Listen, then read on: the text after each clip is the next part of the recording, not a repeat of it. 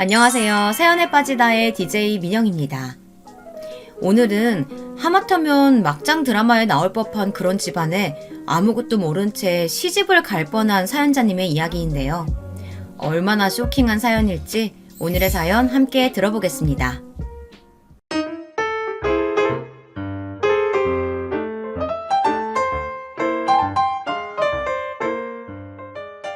안녕하세요. 저는 30대 여자입니다. 인생이란 한치 앞도 모른다더니 그 말이 딱 맞았습니다. 최근에 제가 얼마나 말도 안 되는 경험을 했는지 몰라요. 저는 비서로 일하고 있어요. 자산 규모가 최소 5천억 원 이상인 중견기업에서 회장님을 모시고 있습니다. 원래는 전혀 다른 일을 하다가 이 회사에 들어온 지도 벌써 10년 가까이가 되었네요. 가끔 제가 비서 일을 하고 있다는 게 신기할 때도 있지만 그래도 저는 보람을 느끼며 일하고 있습니다. 앞으로도 계속 비서 일을 하고 싶을 정도로요. 그런데 지금까지 일하면서 단 한 번도 느껴본 적 없었던 수치심을 느낄 정도로 힘든 사건이 최근에 있었어요. 오늘 바로 그 사건에 대해 이야기하려고 합니다. 저에게는 이제 만난 지 10개월 정도 된 남자친구가 있어요. 친구들과 여름 휴가 때 놀러 갔던 바닷가에서 남자친구를 처음 만났습니다. 부끄럽지만 흔한 말로 헌팅으로 만났어요. 남자친구는 처음부터 제게 적극적으로 다가왔어요. 휴가가 끝나고 나서도 제게 따로 연락이 와서는 자꾸 만나자고 하더라고요. 사실 저는 연애까지 할 생각은 없었습니다. 휴가지에서 서로 아무것도 모르는 상태로 만났으니 사실 좀 진지하게 만나지기는 꺼려지더라고요. 거기다가 남자친구가 저보다 4살이나 연하이기도 했고 워낙 외모도 호감형이라 여자들에게 인기도 많을 것 같아 보였거든요. 주변 친구들은 잘생긴 애다가 연하면 더 좋지 뭘 고민하냐고 했지만 사실 저는 진지한 연애를 하고 싶었어요. 결혼도 빨리 하고 싶었거든요. 그런데 저보다 연하에 인기도 많은 젊은 남자가 진지하게 연애할 생각이 있을까 싶어서 저는 연애를 시작하기 전부터 괜히 망설여지더라고요. 반면 남자친구는 굉장히 적극적이었어요. 처음 만났을 때부터 저와 결혼하게 될 것만 같은 운명을 느꼈다면서 저와 꼭 진지하게 만나보고 싶다더군요. 제 직업이 비서라는 얘기에 평소 정장 입은 여자가 이상형이었다면서 너무 멋있다고 만날 때마다 저를 추켜 세웠어요. 결국 저는 달콤한 말에 홀라당 넘어가고 말았습니다. 어느새 4살이나 어린 남자와 연인 사이가 되어버렸죠. 연애하기 전에는 몰랐는데 연애를 시작하고 나니 남자친구가 경제적으로도 좀 여유가 있나 보더라고요. 작은 사업을 하고 있다고 하긴 했었는데 데이트할 때 보니 차도 외제차에 씀씀이도 또래보다 컸어요. 평소 명품도 고민 없이 턱턱 사고 제게 선물도 자주 사주더라고요. 제가 부담스러울 정도로 고가의 가방이나 구두도 만날 때마다 사줬어요. 저는 아무래도 좀 부담이 돼서 이야기했습니다. 사업이 어느 정도 잘 되는지는 모르지만 앞으로 결혼도 하고 아이도 낳으려면 지금부터 돈을 좀 모아둬야 하지 않겠냐고요. 그런데 제 말에 남자친구는 자신감이 넘쳐서 오히려 제게 아무 걱정하지 말라고 하더라고요. 자기는 든든한 아버지가 계시다고요. 사실 허세 부리는 것 같아 보일까봐 내가 자기한테 말은 안 했는데 우리 아버지가 건물주야. 요즘 건물주 시아버지가 최고인 거 자기도 알지? 남자친구가 30도 안 된 나이에 사업까지 하고 돈도 잘 쓰는 게 아버지께서 재력이 좀 있으신가 보더라고요. 그거 믿고 저렇게 자신감이 넘쳤던 거였어요. 저는 그런 점이 걱정이 되면서도 한편으로는 남자친구의 해맑음이 부럽기도 했어요.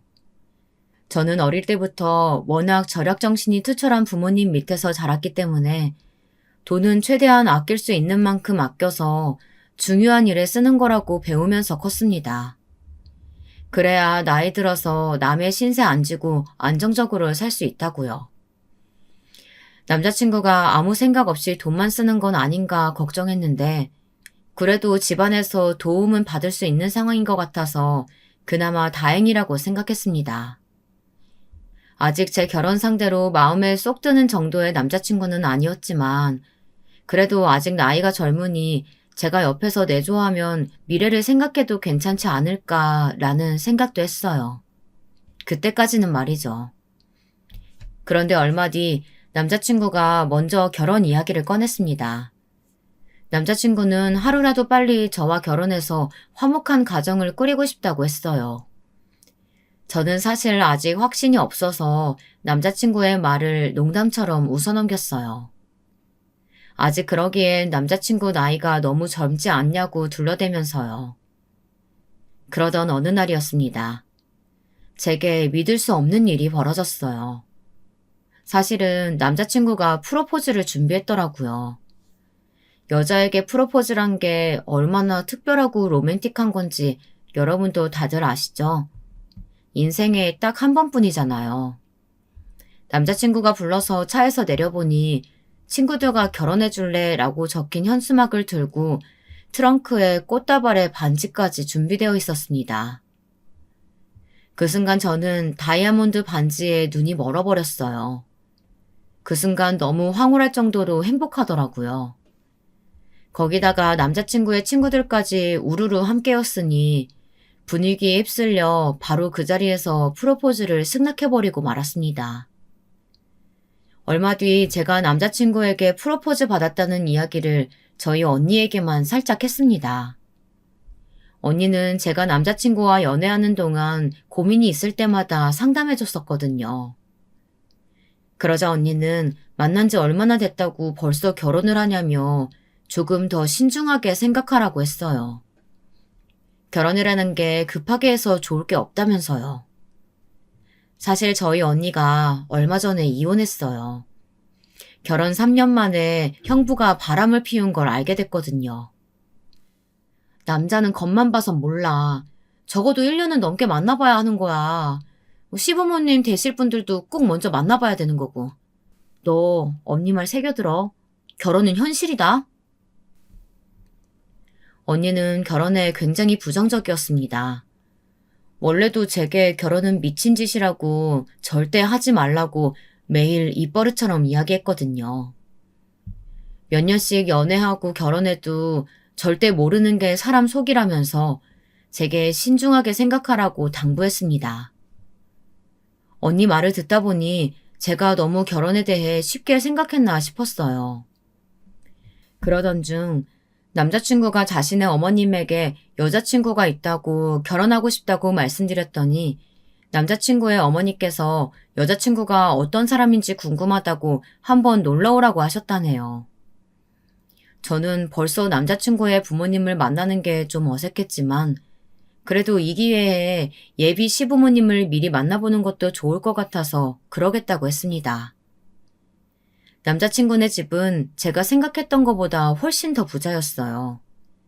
집값 비싸기로 유명한 한남동에 2층짜리 전원주택이더라고요. 집 안에 들어갔더니 주방에서 일하시는 분들도 계셨어요. 그것도 한 분만이 아니라 적어도 3분은 넘게 계신 것 같더라고요. 아, 엄마는 빨리 오라고 성하더니 또 어딜 나간 거야. 자기야, 그럼 우리 아버지한테 먼저 인사드리자. 아버지는 방에 계셔. 남자친구 어머니께서는 잠깐 외출하셨다가 들어오는 중이시라고 하더라고요. 저는 오히려 긴장이 좀 풀리는 것 같았어요. 사실 어른들을 만나뵐 생각에 티는 안 냈지만 많이 긴장했거든요. 남자친구는 아버지께 인사드리자고 하더니 저를 데리고 1층 가장 안쪽에 있는 방으로 데려갔습니다. 집이 넓고 고급스러운 게 정말 좋아 보이기는 하더군요. 노크하고 방문을 열고 들어갔을 때 남자친구 앞이라 티를 낼 수는 없었지만 사실 놀랐어요. 커다란 방 안에는 병실에서나 볼 법한 침대가 가운데에 떡하니 있었거든요. 그리고 연세가 많으신 할아버지께서 누워 계셨죠. 남자친구 말로는 분명 아버지께 인사드리러 가자고 했는데 언뜻 보아도 80세는 훌쩍 넘어 보이셨어요. 아직 30도 안 된 남자친구의 아버지가 어떻게 저렇게 연세가 많을 수 있을까 싶었죠. 그런데 곧바로 제 궁금증이 풀렸습니다. 침대에 누워 계신 분은 남자친구의 친아버지가 아니라네요. 놀랐지. 사실 우리 친아버지는 나 어릴 때 엄마랑 헤어지셨어. 그리고 몇 년 전에 새아버지랑 재혼하셨거든. 그런데 재혼하시고 얼마 안 돼서 새아버지가 루게릭병에 걸리셨다는 걸 알았어. 그랬구나. 난 전혀 몰랐네. 너무 힘들었겠다. 두 분 사이가 워낙 좋으셔서 그래도 다행이야. 엄마가 지극정성으로 돌보셔서 그런지 그래도 아버지 증상이 더디게 나타나고 있거든. 지금도 간단한 의사소통 정도는 돼. 아버지, 제 여자친구예요. 예쁘죠? 저는 남자친구가 마냥 철없는 부잣집 아들인 줄 알았는데 이런 사연이 있는 줄은 몰랐습니다. 저는 마음이 너무 안 좋았어요. 겉으로 보기엔 언제나 밝아 보였는데 어머니와 단둘이 얼마나 힘든 시간을 보냈을까 싶어 마음이 쓰였습니다. 아버님 안녕하세요. 처음 인사드려요. 저 준우 씨 여자친구예요. 남자친구의 아버님은 저를 보고 웃으셨어요. 그러고는 작은 소리를 내며 반갑다고 하셨죠.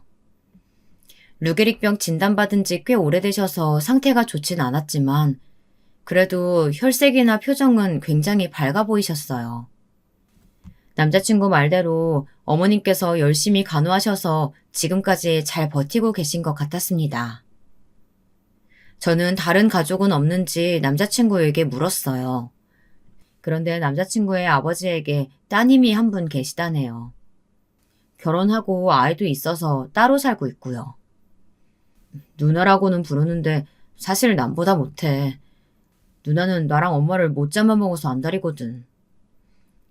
어머님이 아버님 돌보시느라 고생하시는데 잘해드리지는 못할 망정 왜 못 잡아먹어서 안달이야?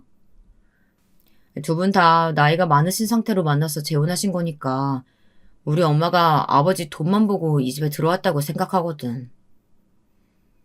남자친구 이야기만 들었을 때는 남자친구와 남자친구의 어머니가 너무 안 됐다는 생각만 들었어요.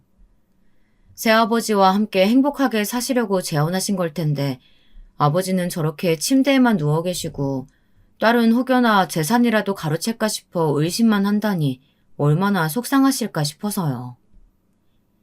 그때 집에 돌아오신 남자친구 어머님을 뵙자마자 저는 너무 놀랐습니다. 선입견 가질 필요는 없지만 그래도 제가 생각했던 어머니의 모습과는 너무 달랐거든요. 남자친구의 어머님이 어디를 다녀오신 줄은 몰라도 머리부터 발끝까지 온통 다 화려했어요. 어깨까지 오는 붉은 머리에 커다란 선글라스를 머리에 끼고 화려한 보석 목걸이와 귀걸이를 치렁치렁 하셨더라고요. 의상은 말할 것도 없이 화려함의 극치였죠. 그리고 가장 중요한 건 어머님께서 굉장히 젊어 보이셨다는 거예요. 9연세에 얼굴이며 목에 주름 하나 없이 팽팽하시더라고요. 조금 전 2층에서 만나 뵌 남자친구의 새아버지와는 정말 부부 사이가 맞나 싶을 정도였어요. 조금 과장해서 부녀지간이라고 해도 믿을 수 있겠다 싶을 정도로요. 어머, 내가 손님 모셔놓고 늦었네. 너무 미안해요. 내가 다니는 병원 원장이 이 시간밖에 예약이 안 된다고 해서.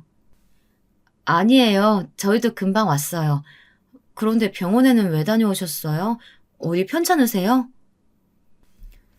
저는 혹시나 어머니께서 어디가 안 좋으신 건가 싶어서 걱정되어 물어봤는데 병원이 그런 병원이 아니더군요. 역시 나이를 거스를 정도로 팽팽한 피부를 유지하는 데에는 다 방법이 있었습니다. 사실은 내가 요즘 턱이 너무 처져서 주사 좀 맞느라고 늦었어요. 요즘 엄청 유명한 V라인 주사 그거 맞고 오느라고 조금 늦었지 뭐예요? 이제 보니 남자친구가 어머님을 닮은 거더라고요. 남자친구의 어머님도 해맑고 엄청 밝으셨어요. 애교도 많아 보이시더라고요. 저는 그때까지만 해도 남자친구 어머니께서 아버지를 돌보시느라 힘드셔서 본인을 꾸미고 가꾸는데 투자하시나 보다 생각했습니다. 그런데 이야기를 나누면 나눌수록 조금 혼란스러웠어요. 제가 생각했던 분이 아닌 것 같아서요. 아줌마, 집에 손님 왔는데 어쩜 아무것도 안 내놨어요? 도대체 뭐 뜨라는 거야? 내가 둘째 마누라라고 무시하지 말라고 했죠? 빨리 먹을 것도 좀 내와요. 어머니, 아까 커피 마셨어요. 저희가 위층에 올라가고 아버님 뵙는 동안에 다 치우셨나 봐요. 어머, 아가씨는 뭘 또 집안이라는 사람들을 걱정하고 그래. 비서라더니 남의 밑에서 일하는 사람들 보면 막 감정이입되고 그러나 보다. 동질감 느껴져서. 남자친구 어머님의 말투는 참 묘했습니다. 되게 말을 놓으시는 것도 굉장히 불편하게 느껴졌는데 저를 대하는 방식도 특이했습니다. 분명 남자친구가 제게 프로포즈했다는 이야기를 어머니한테 했다고 했어요. 그런데도 저를 아들의 여자친구 혹은 예비 며느리가 아닌 지나가다 우연히 만난 아가씨 정도로만 대하셨죠.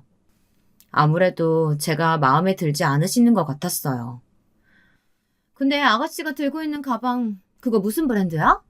난 난생 처음 보네, 그런 가방. 이거 브랜드 아니에요. 저는 원래 명품은 잘 몰라서 그냥 인터넷으로 예쁘면 사거든요. 어머, 그게 예뻐? 젊은 사람이 취향이 참 특이하네. 엄마, 우리 자기는 엄마랑 나랑 달라. 국민도 알지? 우리 자기 거기 나왔다니까? 완전 배운 여자야. 그래? 그렇게 좋은 대학까지 나오신 분이 왜 남의 밑에서 시중이나 듣는 일을 할까? 어머니, 사실 그게... 저는 제가 비서 일을 하는 이유에 대해서 남자친구 어머니께 설명드리려고 했습니다.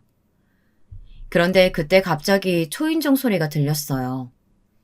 주차장으로 차가 들어오는 소리라고 하더군요. 그 순간 남자친구의 어머니께서 분주해지셨습니다.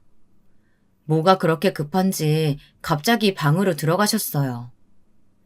저는 무슨 일인가 싶어 남자친구를 바라봤는데 남자친구는 익숙하다는 듯 고개를 절레절레 흔들기만 하더라고요. 방에 들어가셨던 어머님이 금방 나오시긴 했는데 저는 어머님의 모습을 보자마자 좀 의아했습니다.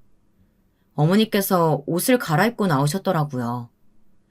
조금 전 방에 들어가셨던 어머님이 맞나 싶을 정도로 허름하고 낡은 옷으로 말이죠. 그때까지만 해도 저는 무슨 상황인지 이해가 되지 않았어요. 제게 브랜드 가방이 어쩌고 저쩌고 하시더니만 저런 시장에서나 살 법한 옷들이 어디서 났나 싶었죠. 잠시 뒤 남자친구의 누님이 등장하고 나니 대충 어떤 상황인지 알겠더군요. 남자친구의 어머니께서는 딸 앞에서 소박하고 평범한 엄마의 모습으로 보이고 싶으셨나 봐요. 아무래도 남자친구의 누님이 어머니를 좋아하지 않는 상황이었으니 남자친구 어머니 입장에서는 괜한 꼬투리 잡힐 일은 하지 않으려고 하시는 거겠죠. 남자친구의 어머님은 저를 딸에게 아들 친구라고 소개했어요. 곧바로 남자친구의 누님이 제게 그럼 예비 며느리인 거냐고 물었지만 제가 말도 하기 전에 어머님께서 선을 딱 그으시더라고요.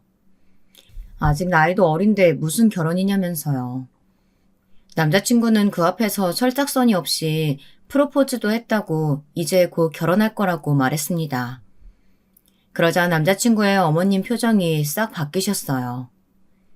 저는 그 순간 분명 느꼈습니다. 어머니께서는 역시나 저를 마음에 들어하지 않으시는 거였죠. 남자친구 어머님은 제가 남자친구보다 연상이라는 게 가장 마음에 걸리시는 것 같았어요. 여자 나이 30대면 아이나 하나 금방 가지겠냐는 이야기까지 하시더라고요. 새어머니야말로 창피한 줄 모르고 환갑 앞두고서 백수 아들까지 달고 남의 집에 들어와 놓고 그런 걸 왜 따져요? 요즘 세상에 연상 연하가 뭐가 흠이라고요. 너는 무슨 그런 말을 하니? 그리고 우리 아들이 왜 백수야? 요즘 사업하잖아. 얘가 가만 보니까 완전 사업 체질이더라고.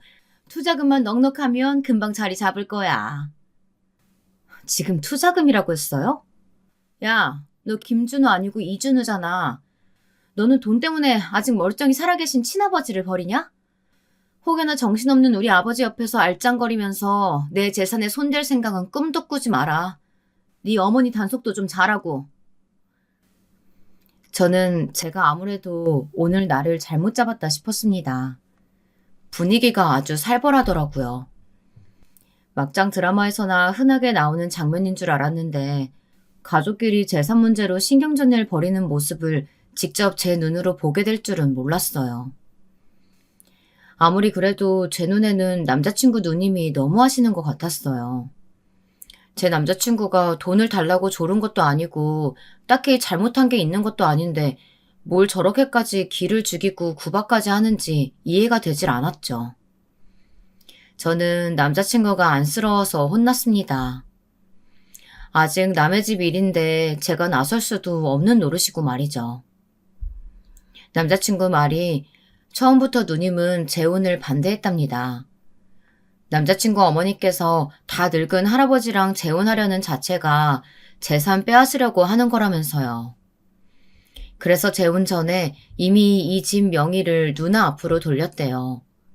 그렇게 해주지 않으면 절대 재혼 허락 안 하겠다고 해서요. 잠시 뒤 남자친구의 누나가 돌아가고 저도 집에 돌아가려고 했습니다. 그래서 어머님께 인사를 드리려고 했어요. 어머님께서는 아버지가 누워 계신 방에 계시더라고요. 어머님은 제가 들어오는 것도 모르고 눈물을 쏟으시며 누워 계신 아버지에게 폭 안겨 계셨습니다. 마치 비련의 여주인공처럼요. 여보, 당신 딸내미가 나한테 하는 거 봤지? 제가 저런다니까. 당신이 빨리 일어나서 나랑 우리 아들 지켜줘야지. 남자친구 어머님의 애교에 아버님은 누워서도 미소를 지어 보이시며 좋아하셨습니다. 손가락까지 까딱거리시며 어머니의 어깨를 토닥여 주시더라고요.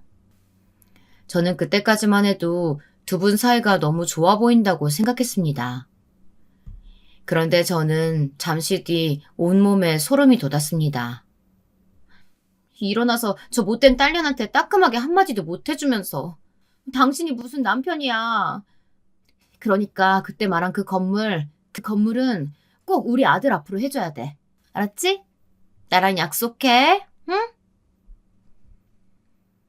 정말 어머님의 말귀를 다 알아듣기는 들으신 건지 남자친구의 아버지께서는 고개를 끄덕이셨습니다. 그러자 어머님은 눈물을 쓱 닦으시더니 아버지의 이마에 쪽 입을 맞추셨어요. 그러고는 곧바로 어딘가로 급하게 전화를 거셨습니다. 나예요. 지금 당장 우리 남편 건물 증여 관련 서류랑 유언장 가지고 우리 집으로 바로 와요. 지금 당장. 저는 놀라서 그대로 방을 나왔습니다. 사실 겁이 났어요. 제가 지금 제 눈으로 본 상황이 무슨 일인가 싶어서요. 저는 이 일을 남자친구에게 말해야 하나 말아야 하나 고민이 됐습니다. 하지만 말하지 못하겠더라고요. 남자친구는 조금 전 누님이 왔다 간 일만으로도 상처를 받은 것 같아 보였는데 어머니의 일까지 이야기하면 많이 속상해할 것 같았죠. 혼란스러운 와중에 남자친구 어머니께서 제가 혼자 거실에 있을 때 제게 오시더니 그만 돌아가 달라고 하셨어요. 어머, 아직도 있었어요? 나이도 먹을 만큼 먹은 아가씨가 눈치가 없네요. 우리가 집안일로 정신이 없어서 외부인은 좀 나가줬으면 좋겠는데. 저는 말문이 막힌 채로 남자친구 어머니에게 꾸벅 인사를 드리고 집을 나왔습니다. 남자친구에게는 먼저 집에 간다고 메시지만 보냈어요. 제가 말도 안 하고 가버린 걸 알면 서운해할 것 같아서요. 그런데 이게 웬일일까요? 그날 저녁 남자친구에게 전화가 와서 나가보니 편의점에서 혼자 술을 먹으며 펑펑 울고 있더라고요. 저는 무슨 일인지 물었습니다. 몇 시간 전 제가 돌아간 이후에도 무슨 일이 있었나 보더라고요. 남자친구 말이 누님에게 전화가 왔는데 전화를 받자마자 자신에게 욕을 퍼부었답니다. 내가 네 엄마 단속 잘하라고 했지? 이 집안에 너희 모자지간 편은 아무도 없어. 네 엄마한테 똑똑히 전해. 우리 아빠 변호사가 건물 증여 서류 가지고 너희 엄마한테 갈 일은 절대 없다고. 남자친구의 누님은 건물에 건자도 가질 생각하지 말라면서 한 번만 더 아버지 재산에 욕심내면 지금 당장 집을 팔아버리고 아버님을 요양원에 보내버리겠다고 했대요. 그렇게 되어버리면 남자친구는 어머님과 함께 집도 절도 없는 신세가 된다면서 서러워했습니다. 자신은 누나와 아버지와 진짜 가족처럼 잘 지내고 싶은데 어디서부터 어떻게 잘못된 건지 모르겠다네요. 그러면서 저와 함께 만들어갈 가족은 행복하고 안정적인 가정이었으면 좋겠다면서 저를 꼭 안아주었습니다. 저는 남자친구가 안쓰러웠어요. 어릴 때 아버지와 헤어지고 나서 줄곧 어머니와 단둘이서만 지내다가 이제야 가족이 생겨 좋았을 텐데 그런 가족에게 인정받지 못하고 있으니 속상할 만하다고 생각했죠. 저는 제가 그런 가족이 되어줘야겠다고 마음먹었습니다. 물론 제가 남자친구와 가족이 되면 남자친구 어머니와도 가족이 돼야 한다는 점을 제가 감수해야겠지만 그때까지만 해도 노력하면 할 수 있을 거라고 생각했어요. 그만큼 저도 남자친구와 화목한 가정을 꿈꿨으니까요. 명절 연휴에 남자친구가 둘이 여행을 가자고 했어요. 친구가 여자친구와 가려고 호텔 예약을 해뒀는데 일이 생겨 못 가게 됐다고 해서 남자친구가 양도를 받았다네요. 저희 부모님은 명절 때 항상 두 분이 여행을 가시기 때문에 저는 상관없었지만 남자친구는 그래도 아버지께서 몸도 안 좋으시고 하니 가족들과 함께 보내야 하는 거 아닌가 걱정이 돼서 물었습니다. 그런데 남자친구는 괜찮다고 하더라고요. 앞으로 결혼하게 되면 명절에 여행 가기 어려울 수도 있으니 지금 아니면 언제 가보겠냐면서 이번엔 꼭 둘이 가고 싶다고 보채더라고요.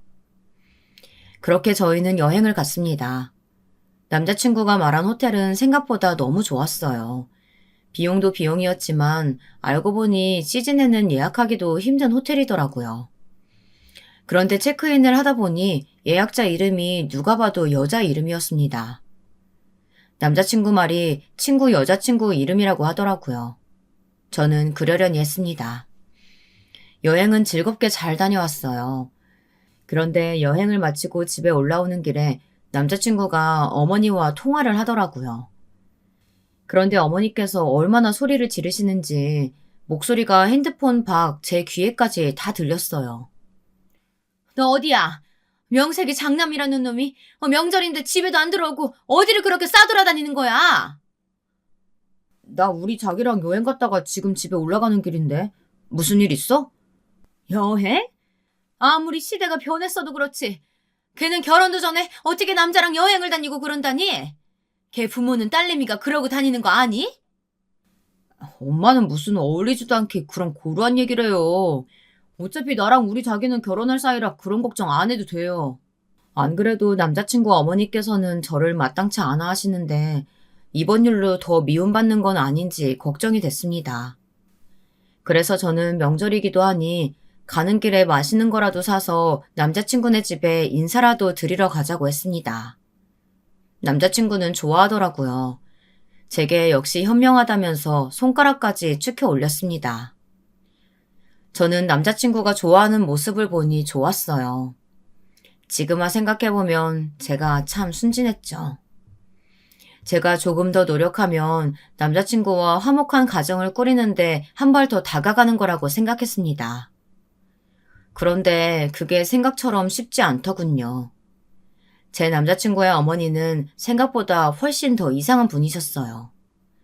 겪으면 겪을수록 제가 절대 넘을 수 없는 높은 산처럼 느껴졌습니다. 제가 집에 온 게 달갑지 않으신지 남자친구와 함께 들어온 저를 보자마자 인상을 구기셨어요. 저는 한번 꾹 참았습니다. 아들이 말도 없이 명절에 여자친구와 여행을 갔으니 그러실 수도 있겠다 싶어서요. 어머니께서 단 거 좋아하신다고 해서 제가 좋아하는 빵집에서 사온 케이크인데요. 한번 드셔보세요. 어머, 난 케이크는 신세계 백화점 거 아니면 안 먹는데? 아무튼 고마워요. 아줌마, 이거 같이들 나눠 먹어요. 제가 사온 케이크를 보지도 않으시고 곧바로 주방에 계시는 아주머니를 부르시더라고요. 저는 남자친구 어머니께서 저를 왜 이렇게 마음에 들어하지 않으실까 궁금했습니다. 저에 대해 아시는 거라고는 나이나 직업 정도밖에 없으실 텐데, 그것만 가지고 저를 이렇게까지 싫어하는 티를 내시는 걸까 싶어서요. 사실 제가 지금까지 살면서 어디 가서 어른들에게 미움받아 본 적이라고는 없거든요. 저는 방법을 바꿔서 정면 돌파를 해야겠다 싶었습니다. 저도 남자친구 어머니를 예비 시어머니라고 생각하면 마음이 답답하고 잠도 잘 오지 않았지만 그래도 해보는 데까지는 해봐야겠다 싶었죠. 어머, 신세계 케이크 맛있죠? 저도 좋아해요. 나중에 저랑 같이 가요, 어머님. 듣기로는 20대 초반부터 비서 일만 했다던데. 그래도 직급이 있어서 월급은 좀 받나 보네요? 월급쟁이가 그런 비싼 케이크도 사먹는 걸 보면. 계속 듣다 보니 슬슬 남자친구 어머님의 이상한 말투도 적응이 되는 것 같았습니다. 존댓말과 반말을 이상하게 섞어 쓰는 희한한 말투 말이죠. 어머니, 작은 회사는 몰라도 기업에서는 비서실 파워가 되게 막강해요. 거기다가 저는 회장님을 모시고 있으니까 당연히 회사에서는 실세나 다름없죠. 저는 어머님과 어떻게든 친해져 보려고 부단히도 노력했습니다.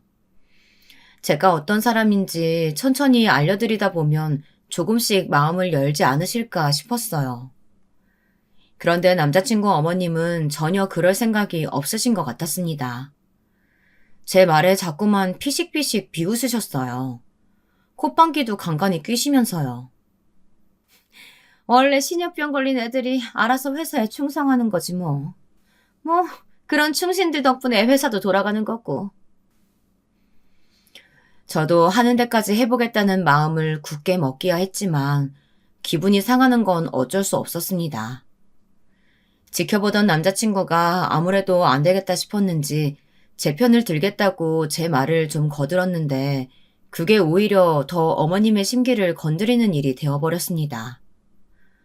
엄마는 평생 동네에서 작은 가게만 하느라 직장생활 한 번도 안 해봤으면서 뭘 한다고 자꾸 우리 자기한테 뭐라고 해. 난 우리 자기가 정장 딱 입고 멋있게 사무실에서 일하는 거 상상만 해도 너무 멋있던데. 너는 사업한다는 놈이 그렇게 사람 보는 눈이 없어서야. 다 늙은 아저씨들 뒤치다거리나 해주는 그딴 게 무슨 직업이라고. 멋있긴 뭐가 멋있어. 순간 저는 제 귀를 의심했습니다. 정말 제게 하는 말씀이 맞나 싶어서요. 기분이 상해서 화를 내야 하는 건 저인데 오히려 남자친구 어머님께서 소리를 지르시면서 화를 내셨습니다. 아버님 약 드실 시간이라 가봐야 하니 제게 그만 돌아가라고요. 아가씨가 자꾸 우리 집 며느리라도 된 것처럼 착각해서 마음대로 이 집에 드나드니까 내가 어른으로서 한마디 할게요. 나는 나이도 많고 평생 열심히 일만 한 아가씨 같은 며느리 볼 생각 없어요. 나는 부잣집에서 곱고 귀하게 자란 아가씨랑 내 아들 이어줄 생각이니까 이제 다시는 나한테 인사하러 올 거 없어요. 어머니, 제가 그냥 나이만 먹은 게 아니에요. 저 그동안 일하면서 번 월급은 그대로 다 모아서 서울에 아파트도 있어요. 그것도 자가예요. 이 정도면 준우 씨에 비해 결혼 조건은 제가 훨씬 좋은 것 같은데요. 그래, 엄마. 난 아직 엄마랑 아버지한테 얹혀 살잖아. 우리 자기 정도면 완벽하지. 그리고 왜 나랑 결혼할 사람은 엄마 마음대로 정해. 난 무조건 우리 자기랑 결혼할 거야. 남자친구의 말에도 어머님은 아랑곳하지 않았습니다. 저는 또 쫓기듯 남자친구의 집에서 나왔어요. 벌써 두 번째였죠. 이 집에서 천대를 당하는 거 말이죠. 저는 마음이 너무 상해서 집에 돌아가는 길 내내 한마디도 하지 않았습니다. 그런 저를 풀어주려고 남자친구는 이런저런 실없는 소리까지 해댔지만 전혀 위로가 되지 않았습니다. 남자친구 말이 어머님은 재혼하시기 전 동네에서 이런저런 장사를 전전하셨대요. 어떨 땐 순댓국도 팔다가 그러다 망하면 또 호프집을 하고 그러다가 새아버지를 만나셨대요. 새아버지가 시장 골목에 건물이 있어서 자주 가게에 왔었는데 사채놀이 비슷하게 하면서 가게 상인들한테 돈도 빌려주고 이자도 받고 했었답니다. 그러다 남자친구 어머님이랑 눈이 맞아 재혼까지 하신 거였죠.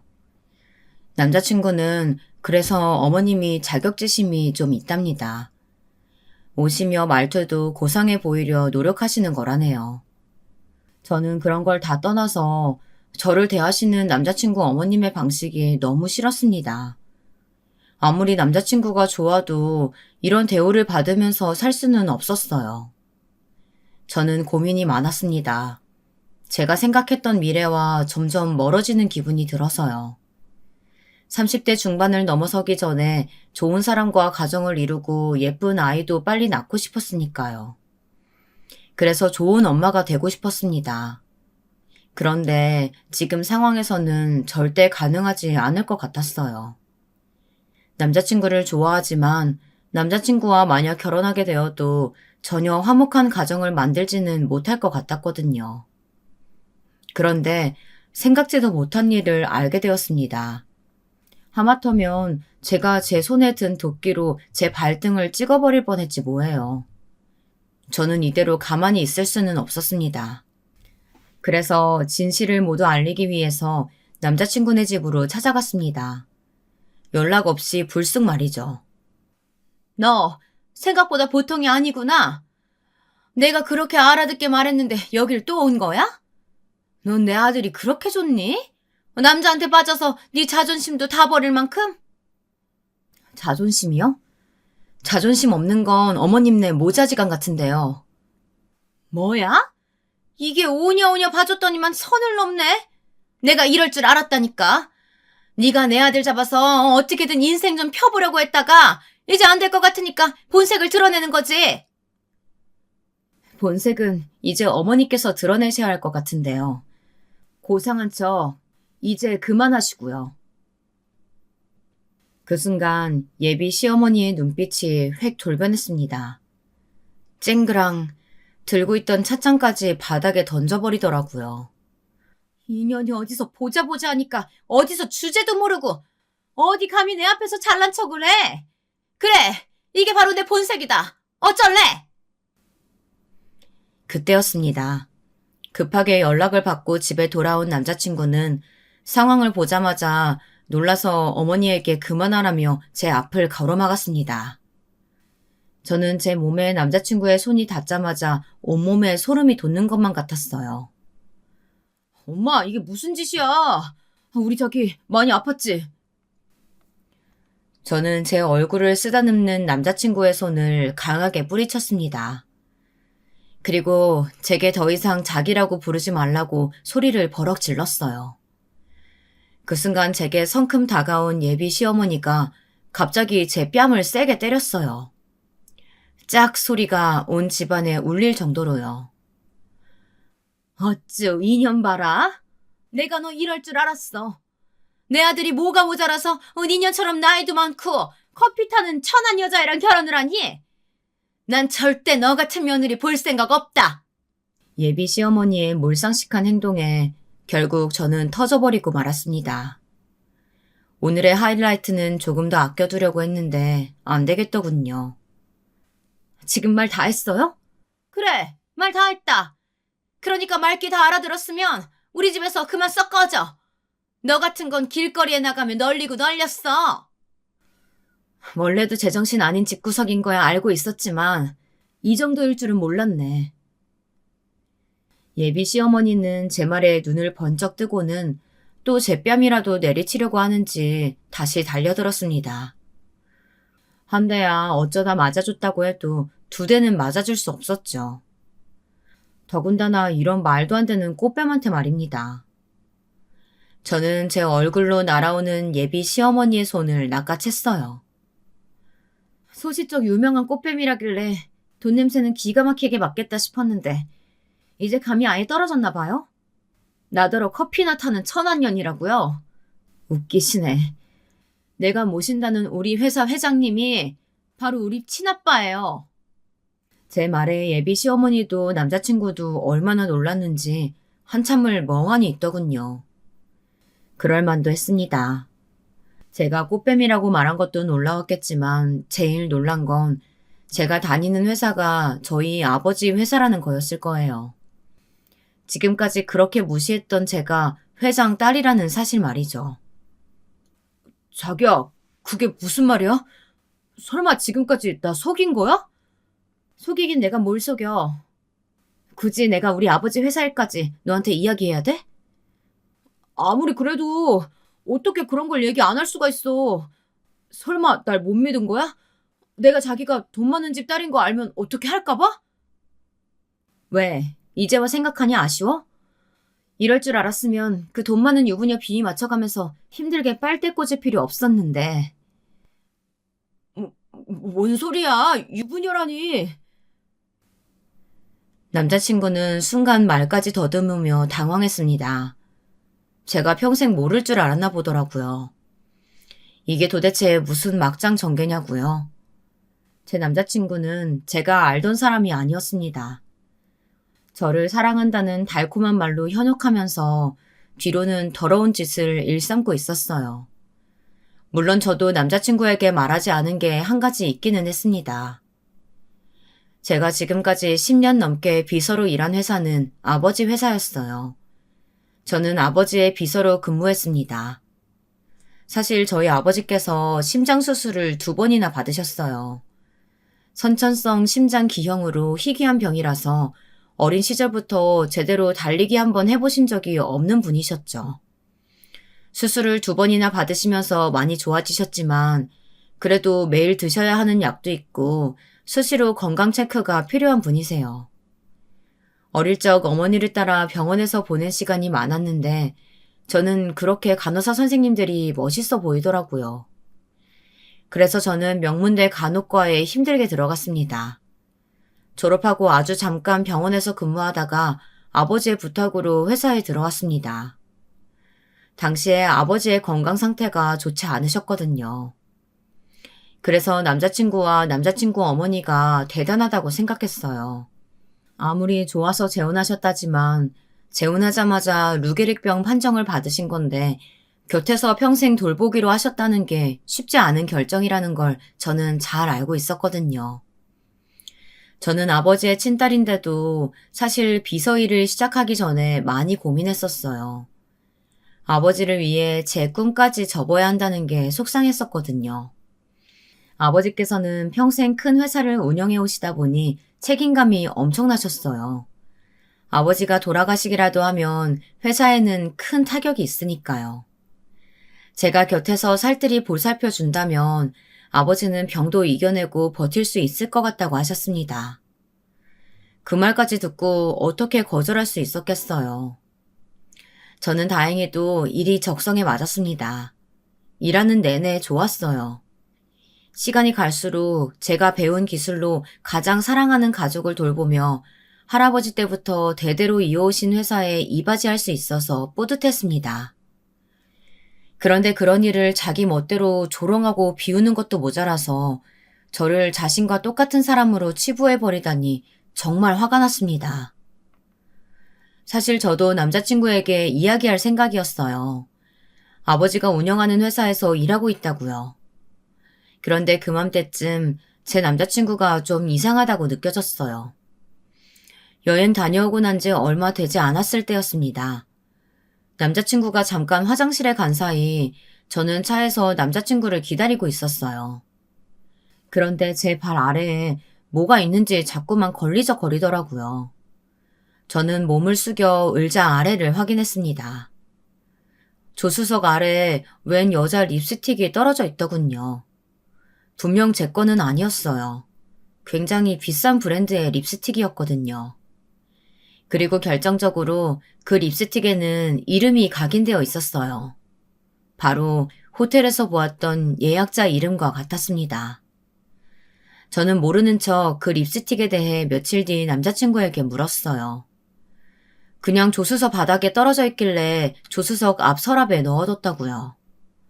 그런데 남자친구는 아무렇지 않게 어머니 거라고 하더군요. 너무 자연스럽게 말하길래 하마터면 저도 깜빡 속을 뻔했습니다. 당연히 그 이름은 어머니의 이름이 아니었죠. 저는 그날 이후 남자친구와 만나는 동안 내내 남자친구를 의심하지 않을 수가 없었습니다. 거짓말을 한다는 건 제게 숨기는 게 분명 있다는 거니까요. 분명 확인해 봐야 한다고 생각했습니다. 저는 남자친구와 결혼까지 생각했으니까요. 저는 남자친구의 핸드폰을 몰래 훔쳐봤습니다. 그러면 안 되는 건 저도 잘 알지만 이건 제 인생이 달린 문제였으니까요. 남자친구의 핸드폰에서 제가 립스틱에서 봤던 이름과 호텔 예약자였던 여자의 이름을 찾았습니다. 저는 여자 연락처만 알아낼 생각이었어요. 그런데 남자친구는 참 허술하더군요. 그 여자와 셀 수도 없이 많은 연락을 주고받은 내용이 고스란히 남아있었어요. 5천, 딱 5천만 구해주면 된다니까? 누나, 나 못 믿어? 이거 다 사업 자금이잖아. 우리 사업 잘해보려고. 남편이 자꾸 의심해. 5천이면 모를 리가 없잖아. 우선 1,000만 원만 먼저 보내고 나머지는 상황 보고 연락할게. 사랑해. 저는 메시지 내용을 확인한 순간 눈물이 왈칵 나올 정도로 너무 힘들었습니다. 제가 왜 지금까지 몰랐을까요? 이렇게 대놓고 그 여자와 매일 통화를 하고 메시지를 주고받고 있었는데 말이죠. 남자친구는 내연녀에게 계속해서 돈을 달라고 요구하고 있었어요. 명목은 항상 사업 자금이라고 했지만 다 생활비로 쓴 것 같았어요. 제가 바보였습니다. 남자친구 말을 곧이곧대로 믿었어요. 사업도 잘 되고 있고 새아버지께서 생활비도 넉넉히 주신다고 하니 당연히 그런 줄 알고 깜빡 속고 있었어요. 알고 보니 남자친구는 돈 많은 유부녀에게 저와의 데이트 비용까지 받고 있었던 거죠. 게다가 명절 때 갔던 호텔도 내연녀가 남자친구와 가려고 예약해둔 거였는데 아무래도 가정이 있는 여자이다 보니 쉽지 않았나 보더라고요. 남자친구는 그 호텔에 저를 데리고 간 거였고요. 저는 너무 수치스럽고 소름이 끼쳤습니다. 지난 1년 동안 제가 뭘 했나 싶더군요. 남자친구 생각은 도대체 뭐였을까요? 이 유부녀를 계속 만나면서 정말 저와 결혼이라도 하려고 한 거였을까요? 제가 남자친구에게 속았다는 사실이 믿기 힘들었지만 이대로 있을 수만은 없었습니다. 정신을 바짝 차려야 했죠. 저는 눈물을 훔치고 남자친구가 오기 전에 재빨리 핸드폰의 화면을 저장했습니다. 남자친구가 나중에 발뺌할 것까지 생각해서 통화 내역, 그리고 주고받은 메시지까지 모두 다요. 저장한 사진을 제 핸드폰으로 전송했어요. 사실 그때까지만 해도 제가 이걸 가지고 뭘 어쩌라는 건 아니었어요. 단지 남자친구에게 받은 씻을 수 없는 수치심과 배신감에 대해 그대로 돌려주고 싶을 뿐이었습니다. 그래서 결정적인 순간에 남자친구를 망신 주려고 했어요. 딱 그 정도였습니다. 그런데 이제는 그 정도 가지고는 성에 차질 않겠더라고요. 문제는 제 남자친구뿐이 아니었으니까요. 그날 집에 돌아와 저장한 메시지 내용을 꼼꼼히 다시 한번 확인해 보았는데 급한 마음에 이것저것 다 보이는 대로 저장해서 전송했더니 남자친구가 모르는 번호의 누군가와 주고받은 메시지까지 저장되어 제게 보냈더라고요. 그런데 그 내용이 충격 그 자체였습니다. 그 모르는 번호로 저장된 사람은 다름 아닌 남자친구의 친아버지였습니다. 어린 시절 어머니와 이혼했다는 아버지 말이죠. 네 엄마 왜 전화 안 받냐? 영감탱이 시중 주느라 엄청 바쁜가 봐? 이번 달 생활비 안 들어왔던데 아직도 그 영감탱이 딸내미가 돈줄 맞고 있는 거야? 좀 기다려. 나랑 엄마도 미치겠어. 재수없는 누님께서 중간에서 아주 짜증나게 한다니까. 우선 네 돈이라도 좀 보내봐. 돈이 있어야 아버지도 뭘 할 거 아니야. 나도 돈 없어서 요즘 데이트 비용까지 그 유부녀한테 알랑방에 끼면서 받은 돈으로 한다니까. 그러니까 아버지 조금만 기다려. 엄마가 조금만 더 작업하면 영감탱이가 건물 넘겨줄 것 같다고 했어. 그러게 가난한 여자랑 연애를 뭐하러 하냐. 돈 많은 물주나 하나 잡아서 빨리 장가 나가라니까. 남자친구네 집안은 몽땅 다 사기꾼 집안이었습니다. 남자친구네 가족은 몽땅 다 사기꾼 집안이었습니다. 남자친구가 부모님 두 분을 아주 그대로 빼다 박았더군요. 제가 지금까지 본 남자친구는 아주 앞뒤가 철저하게 다른 인간이었어요. 남자친구에게 내연녀가 있다는 것도 놀라운데 어머니와 아버지가 형식상 이혼만 하고 연락까지 하고 지낸다는 건 더 기가 막힐 노릇이었죠. 그걸 가지고 제 앞에서 구구절절 불쌍한 척 한 것까지도 너무 가증스럽더라고요. 저도 처음엔 그냥 똥 밟았다 생각하고 헤어지려고도 했습니다. 그런데 남자친구네 집에 갔을 때 배웠던 남자친구 아버지의 얼굴이 아른거렸어요. 그래서 저는 좋은 일 한다 생각하기로 했습니다. 저야 미리 알았으니 다행이었지만 혹여나 그 꽃뱀 모자 때문에 다른 피해자가 생기는 꼴은 못 보겠더군요. 생각보다 일은 간단했습니다. 제 핸드폰에 저장된 사진과 메시지 내용을 모두 남자친구의 누나에게 보냈습니다. 그 연락 한 방에 모든 게 해결되더군요. 이제 바로 제가 준비한 이벤트를 보여줄 시간이었습니다. 아직도 제가 회장 딸이라는 사실에 놀라서 정신 못 차리고 있는 남자친구와 남자친구 어머니 앞에 드디어 남자친구 누님이 나타나셨습니다. 남자친구의 누님은 성큼성큼 다가가 어머니 얼굴에 웬 봉투를 던졌습니다. 누나, 이게 뭐 하는 짓이야? 우리 엄마가 얼마나 고생하는데 어디서 뭘 듣고 이래? 누나? 이 꽃뱀 아들 새끼 주제에 어디서 소름 끼치게 나더러 누나래? 그래, 하긴 네 말대로 고생은 고생이었겠더라. 두 집 살림하느라 아주 정신 없었겠어. 남자친구는 누나가 던진 봉투를 열어 안에 든 내용을 확인했습니다. 사진이 우수수 떨어졌어요. 남자친구의 누님은 제가 보낸 메시지 내용을 보고 바로 어머니 뒤에 사람을 붙였더라고요. 어머님께서 이혼한 남편과 밥도 먹고 드라이브 하는 사진이 많이도 찍혔더라고요. 이 사진이 뭐? 이혼했어도 자식이 있는데 만나서 밥도 먹고 드라이브도 할 수 있지. 내가 뭐 죄졌어? 어머님은 오히려 적반하장으로 나왔어요. 단순히 이야기할 일이 있어서 만난 거라고 우기시더라고요. 그런데 그때 결정적인 사진 한 장을 남자친구 누나가 어머니의 얼굴에 던졌습니다. 요즘은 이혼한 부부끼리도 모텔도 가고 그러나 봐? 저도 일이 이 지경까지 될 줄은 몰랐는데 정말 가관이더군요. 아무리 세상이 막장이고 돈이면 뭐든 하는 인간들이 판치는 세상이라도 선은 언제나 승리하는 게 맞았어요. 그 순간 남자친구의 아버님 담당 변호사께서 아버님이 타신 휠체어를 밀고 거실로 나오셨어요. 갑작스러운 아버님의 등장에 다들 놀란 눈치였죠. 우리 여보가 오늘은 컨디션이 좋은가 보네. 오랜만에 휠체어도 타셨으니까 우리 산책이라도 갈까요? 그 와중에도 예비 시어머니께서는 휠체어 옆에 착 붙어서 아버님에게 애교를 부리더군요. 이런 상황에서도 참 대단하다 싶었습니다. 머리가 나쁜 거야? 아니면 눈치가 없는 거야? 내가 방금 던진 사진 못 봤어요? 설마 내가 이걸 보고도 가만히 있을 거라고 생각하는 거예요? 당연히 여기 오기 전에 아버지랑 변호사한테 먼저 보냈지. 뭐야? 벌써 보냈다고? 누나, 도대체 왜 이래? 나는 건물만 받으면 된다니까? 나머지는 누나가 다 가져. 건물? 웃기는 소리 하지 마. 우리가 호구로 보여? 어디서 사기꾼 주제에 남의 재산을 넘봐? 그리고 그 순간 변호사는 더 놀라운 이야기를 했습니다. 지금 방금 남자친구의 아버님께서 유언장 변경을 하셨다네요. 모든 재산은 다 딸 앞으로 증여할 생각이고 지금 당장 이 집에서 남자친구와 어머님은 나가라고 하셨어요.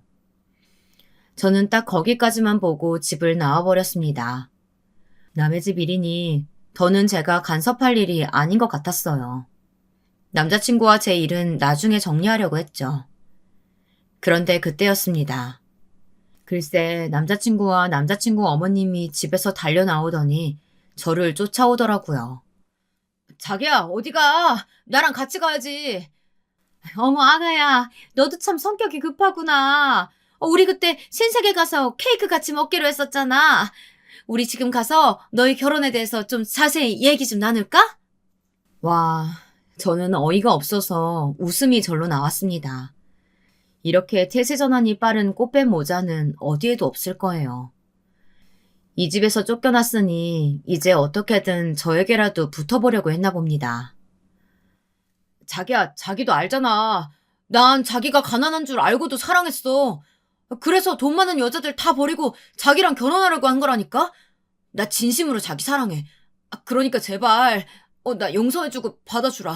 내가 자기한테 정말 잘할게. 이걸 어쩌나? 상황이 아직 끝이 아닌데. 어머, 저기 이제야 오시네. 여기에요. 제가 남자친구에게 준비한 마지막 복수가 이제야 도착했더군요. 지금 씩씩거리며 다가오는 남자는 바로 남자친구가 만나던 그 호구 내연녀의 남편이었습니다. 저는 호구 내연녀의 SNS를 찾아 그 여자의 남편에게 따로 연락을 했어요. 아내의 불륜 사실을 전하고 불륜 상대인 남자친구의 집 주소를 알려주면서 이 집에 오면 그 불륜남이 있을 거라고 알려줬어요. 그런데 아주 타이밍이 기가 막혔습니다. 그때 딱 마침 도착했더군요. 그날 이후 꽃뱀 모자는 어떻게 됐냐고요? 둘 다 소송에 걸려 잘못하면 형까지 살 수도 있다는 소식까지는 들었습니다. 알고 보니 그 유부녀가 남편의 회사 돈까지 손을 대 남자친구 사업 자금을 대줬더라고요. 그래서 그 유부녀와 남자친구는 횡령 혐의로 소송 중이었고 남자친구 어머님은 혼인 빙자 사기로 소송 중이라네요. 제 이런 막장 이야기를 혹여나 저희 부모님이 아시면 걱정하실까봐 누구에게도 말하지 않았지만 유일하게 제 사정을 다 알고 있는 언니는 제게 괜찮냐고 걱정했습니다. 하지만 사실 저는 생각보다 괜찮았습니다. 참 거지 같은 일에 휘말려 하마터면 인생 망할 뻔했지만 그래도 미리 알게 돼서 그 꽃뱀 모자와 인연을 끊었으니 말입니다. 자칫 잘못했으면 사기꾼인 줄도 모르고 결혼까지 했을지도 모르니 말이죠.